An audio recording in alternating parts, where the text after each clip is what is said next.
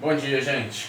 Aula de Biologia hoje da terceira série, nós vamos falar de alguns temas. São eles: sais minerais, vitaminas, carboidratos, lipídios, enzimas e proteínas. Eu vou pedir que vocês realizem os exercícios de fixação número 2, da questão 1 à questão 10. Esse conteúdo todo está no capítulo 1 da apostila, na página 12, 13, 14 e 15, ok? Então vamos lá, gente. Antes da gente começar a aula, quero pedir para que vocês não se assustem principalmente com sais minerais e vitaminas. Por quê? Normalmente quando a gente começa a estudar esse tema, a primeira coisa que se passa na cabeça do aluno é: caramba, agora a gente vai ficar falando sobre vitamina A, vitamina D, vitamina K, vamos ficar falando de cálcio, ferro, cobre. Então, tem duas notícias, uma boa e uma ruim. A primeira boa é que a gente não vai ficar se apegando na aula em ficar decorando qual é a função e qual é o que causa a falta de determinada vitamina ou a falta de determinado sal mineral. Por quê? Isso é uma perda de tempo a gente tentar gravar isso na aula, porque vamos ser realistas.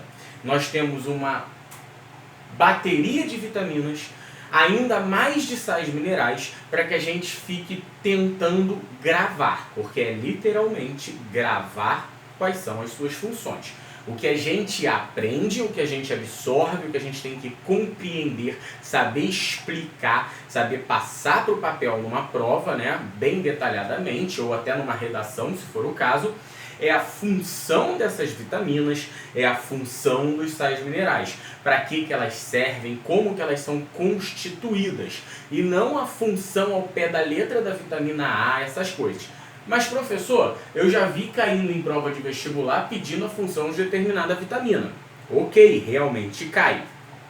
Volto a dizer, nós não perdemos o tempo de aula, tá, tentando gravar estas funções, porque é literalmente gravar. Então, essa hora de gravar é você estudando em casa, lendo, relendo, fazendo a sua tabela esta que já tem na apostila de vocês, que já foi feita, que eu peço que vocês façam, repassem para o caderno, que aí vocês escrevendo, vocês conseguem gravar melhor qual é a função, qual é a vitaminose, que nós vamos ver o que é a vitaminose. Compreendem? Então, olha só, o simples fato da gente já ver essa palavra nova, a vitaminose, a gente já começa a entender qual é o objetivo da nossa aula. É a gente entender os termos, o que é, as estruturas dessas moléculas, podemos dizer assim. Por exemplo, a vitaminose é o termo utilizado para a falta de determinada vitamina no organismo. A gente não pode falar qual é a causa, o que causa a falta da vitamina. Não, a gente tem que falar qual é a avitaminose da vitamina E, qual é a avitaminose da vitamina K. Compreendem? Então vamos lá. Vamos começar com os sais minerais. O que são sais minerais? Sais minerais, gente, eles são simplesmente substâncias que vão constituir toda a estrutura esquelética de todos os seres vivos do planeta Terra, tá?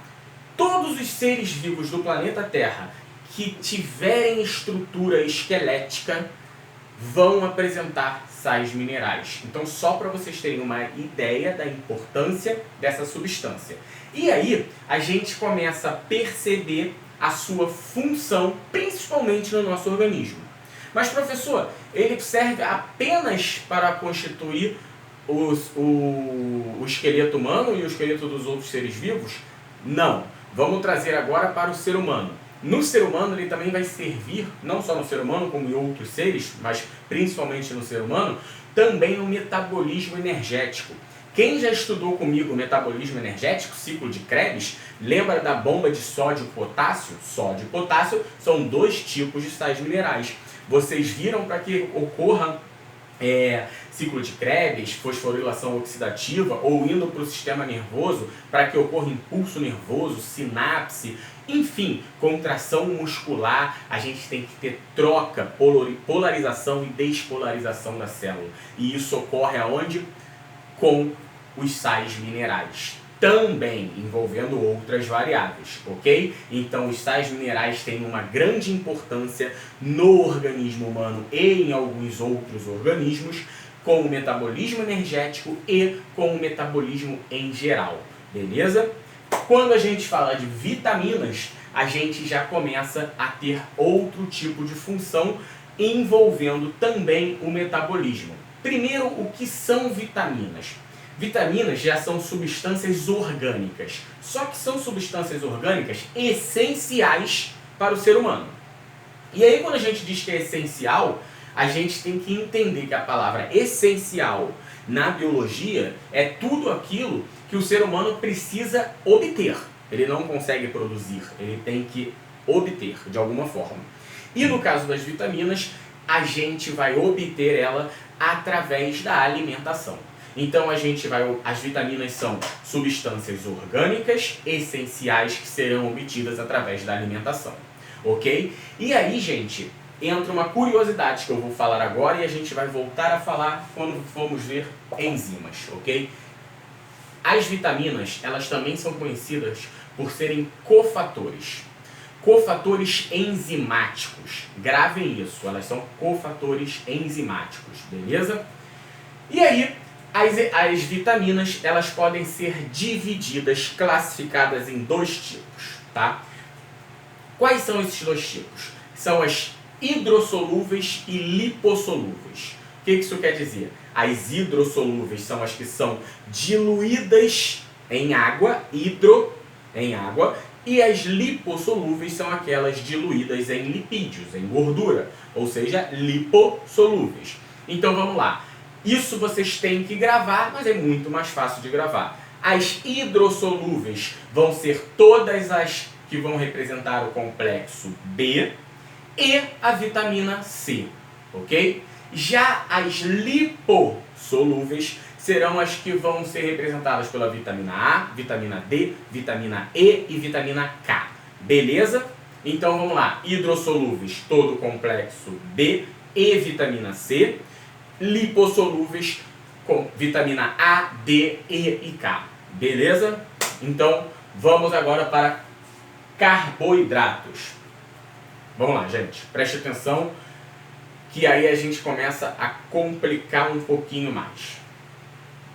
Primeiro vamos entender como que é formado um carboidrato. Um carboidrato é formado por 3 moléculas, tá? 3 tipos de moléculas, não são 3 moléculas, são 3 tipos de moléculas. Eles são formados por carbono, por oxigênio e por hidrogênio, tá? Qual é a principal função do carboidrato no organismo humano? Produção de energia, tá? Mas professor, a gente aprendeu com você que existem outras fontes de energia, ou seja, outros substratos. Realmente existe, nós temos o ATP-CP, nós temos o lipídio, nós temos a proteína, só que a principal fonte de energia do corpo humano são os carboidratos, tá? Então qual é a principal função do carboidrato? Auxiliar na produção de energia no organismo humano, tá? Como a gente já viu, são formados por carbonos, oxigênio e hidrogênio. Só que eles também são conhecidos por outros 3 nomes. Muitas vezes, em outras bibliografias, vocês vão ver eles com outra nomenclatura. Eles podem ser conhecidos por glicídios, açúcares ou até mesmo, muitas poucas vezes, raramente, como hidratos de carbono. Então vamos lá. Em algumas vezes, algumas provas vocês vão ver como carboidrato, glicídios, açúcares ou hidratos de carbono. Se vocês se depararem algum dia com numa prova que esteja lá escrito hidrato de carbono, vocês têm que saber que isso é um carboidrato. E se essa prova quiser fazer uma pegadinha, ela vai botar hidrato de carbono, ok? Glicídios e açúcares é comum botar. Carboidratos também. Agora, hidrato de carbono, o aluno acaba deixando de lado, não se apega a isso, chega na hora lá, não fala, não sei o que é isso, não lembro, o professor não falou que era isso, e deixa a questão em branco ou chuta, beleza? Então vamos lá. E aí os carboidratos, assim como as vitaminas, eles também são divididos em grupos. Eles são divididos em 3 grupos. E essa divisão, é feita em cima do número de carbonos que eles vão ter. Lembra que eu falei que os carboidratos são formados por carbono, oxigênio e hidrogênio? Então essa divisão dos carboidratos, essa classificação, é feita em cima do número de carbonos que nós vamos encontrar nos carboidratos. E aí nós dividimos eles em monossacarídeos, disacarídeos ou polissacarídeos. O que isso significa? Monossacarídeos são os carboidratos que vão ter entre 3 e 7 carbonos, tá? Ou seja, carboidratos que têm 3, 4, 5, 6 ou 7 carbonos na sua fórmula vão ser monossacarídeos, ok? Carboidratos que são considerados disacarídeos são aqueles que são formados pela união de 2 monossacarídeos. Quando eu tenho 2 monossacarídeos que se unem, eu formo um disacarídeo. Beleza? Então só aí a gente já começa a observar que um disacarídeo ele é mais complexo do que um monossacarídeo. Beleza? E aí os polissacarídeos é formado pela união de milhares, literalmente milhares de monossacarídeos. Caramba, professor, então eles são bem mais complexos? Sim.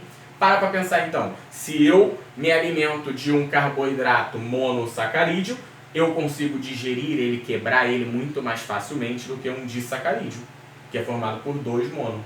Se eu me alimento de um polissacarídeo, aí sim eu vou então quebrar ele com muito mais dificuldade. Ele vai me gerar muito mais energia e a muito mais longo prazo. Conseguem compreender? Beleza? Gente, está ficando grande a aula. Vou parar aqui e a gente volta imediatamente com outro vídeo, tá?